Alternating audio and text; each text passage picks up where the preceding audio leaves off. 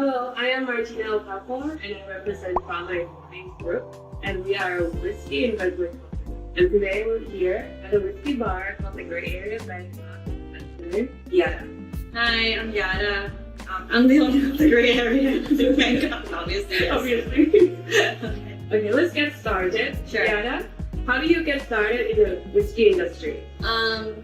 Practically just from drinking. I mean, so basically I was bartending in New York, Yep. and I got into whiskey more and more because there's so many selections over there. So I get to try so many new whiskey as a bartender also, and also, you know, because I get to meet a lot of people, so they recommend me this and that, and I become more and more like, you know, well known of all the whiskey, and I'm like, it's actually like understandable.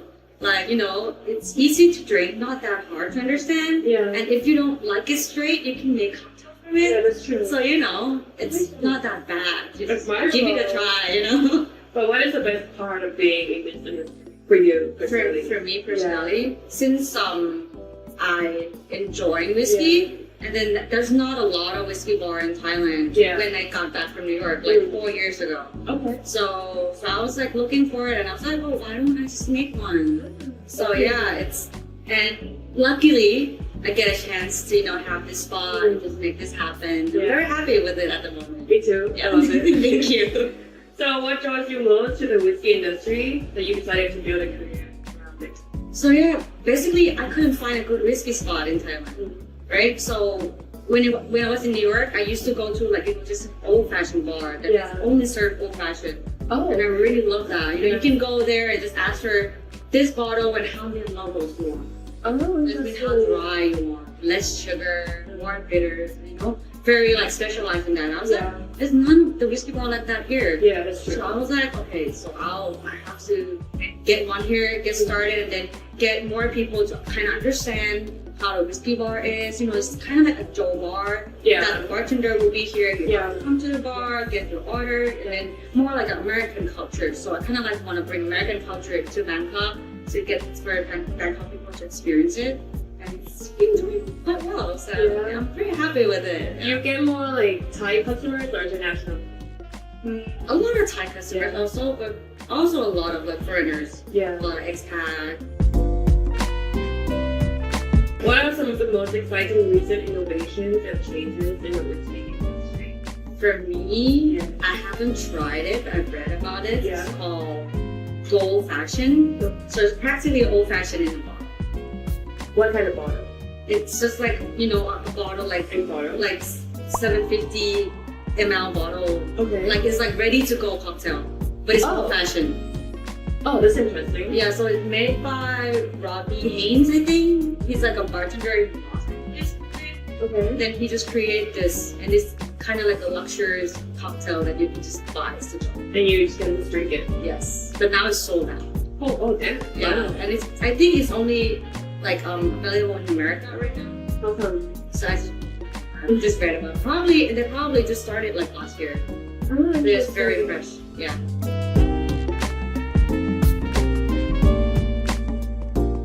So how do you stay up to date with like the latest developments and news?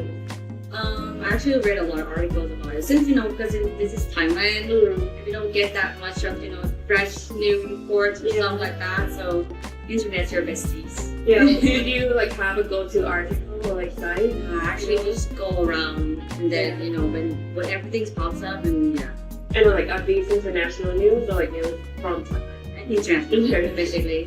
Not much going on here. All right. How do you see the future of whiskey industry evolving in the coming years? Coming year. Yeah. I guess people are more and more interested in whiskey. Globally? Whiskey, I mean, globally and also in Thailand. Because I kind of know a person who does marketing for Johnny Walker. Okay. And they're trying to expand more to a younger crowd. Like how young? Under 20? No, Five? cannot. Yes. Under 25. Okay. Yes, under 25. Like, you know, normally people would drink Jack Daniel will be only in the club or maybe like older people, you know, like middle-aged people, right? But now they have like a new like, I'm not sure what it calls, but it's like yellow label, and it's like sweeter, a little sweeter than regular Jack Johnny Walker. Okay. So yeah, blondie, Johnny Walker, something like that. So yeah, they're trying to market more into like a younger crowd. So I think the whiskey industry are trying to expand more into like many like aspects of like people actually drink, enjoying life. You know, normally these days you go to a bar and you see a lot of Jack Daniels, a lot of Jameson, right? Yeah, and a lot of Johnny Walker, but like red and black. Yes. Right? But yeah, I think there was like more and more coming into us these days.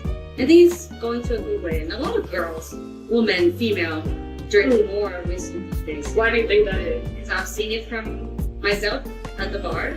Yeah. Because a lot of like female customers actually enjoy whiskey. They're trying to taste whiskey, not just get a contact. Interesting. Yeah. So we have like a whiskey like taste glass, right? Yeah. Yeah. So they can actually offer tasting. Yeah, tasting. Oh, if you want to try it before you actually order, you can great. try it. So it's a lot of female ask for that. That's so interesting. So yeah, I'm very happy with that. Because that's kind of like my goal. Yeah. To, you know, get Thai people to explore in that area, right? But then female, surprisingly, but go ahead. Why do you think it's a surprise? Because it's kind of like a stereotype, right? That not a lot of female drink whiskey. They would go to vodka, tequila. Yeah. There's actually less calories, right? But then whiskey is a good choice too, right? You can actually, there's so many kinds, right? Scotch, like bourbon, blend, single malt, so many kinds, and you can actually explore it. How does it feel to be a female in like a male-dominated industry? Actually, very proud of myself. Oh yes, you should be. Right? Because like, for real, like there's not a lot. And then all my partners here are all male. But I'm the leader here. Lovely. So I'm the head, I have most of the shares and I run the place. Right. So I get to make decisions and they're just like go along with me, and I'm very happy that they actually trust me in this. So yeah, I think it's kind of like intimidating at some point, but you know, I have to boss myself out. Yes. Own it. What sets single malt whiskey apart from blended whiskey, and which do you prefer? You only give me 2 options. Just 2 options. Single malt and what blend? Blended, yeah. So basically single malt is just from one barrel, right? Right. It's just one malt that they use. So it's sharp. What do you mean by sharp? So it's the taste. When you drink it, it's sharper, right?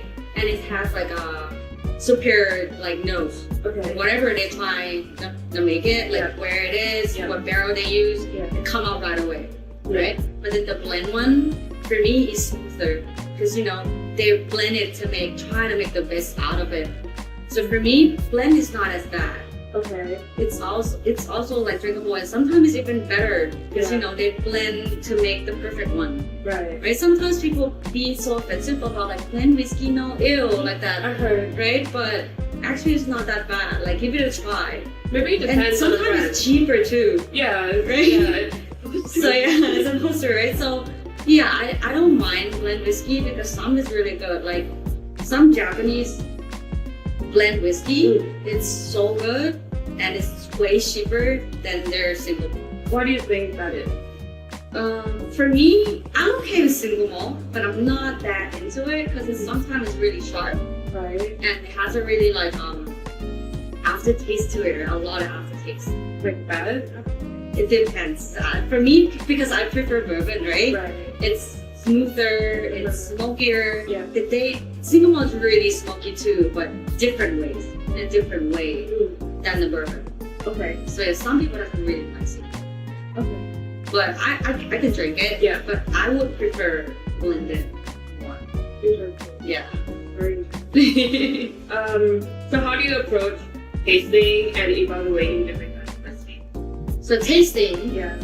I would rather just have a sip first. Try to smell it first. Right. Have a sip. Drop some water in. Have another sip. Sometimes it's completely changed. It's opened up like wine, like it's breathed, like that. Oh. So, and then maybe you add ice. The temperature change. Sometimes the taste change, and even the smell. The nose sometimes turn out more. It depends. So like lukewarm water or cold water? Just a room temperature water. Yeah, but then also try with ice too, on the rocks. Which one do you prefer? I prefer on the rocks. On the rocks? Okay. Yes. Because I don't know, it's easier to drink. Yeah. Sometimes it's because I don't like chart.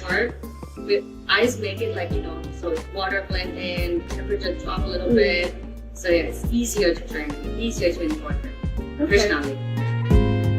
Finally, what advice would you give to someone who's starting their Give it a try. Give it a try. Don't be afraid. It's not gonna kill you. Just don't drive. Or drink too much. Or drink too much, yes. Right. But you know, for me personally, I used to drink a lot to just get hammered, right? But this day, after I got into bartending, I drink to taste. That's different to it. I actually drink to see what's the difference between this bottle and this bottle. Right? You don't have to just drink to be hammered anymore. Right. Like just give it a try, give it a taste. Maybe you go have a drink every weekend, you know, try new bottles, go to new bars, exploring, you know, talk to bartenders. They will willingly to, you know, explain it to you. So don't be afraid of bartenders. Ask them.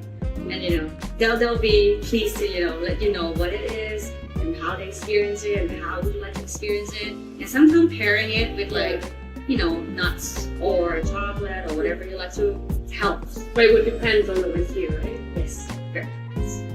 So like which whiskey would be good for chocolate? For me, I would go with bourbon.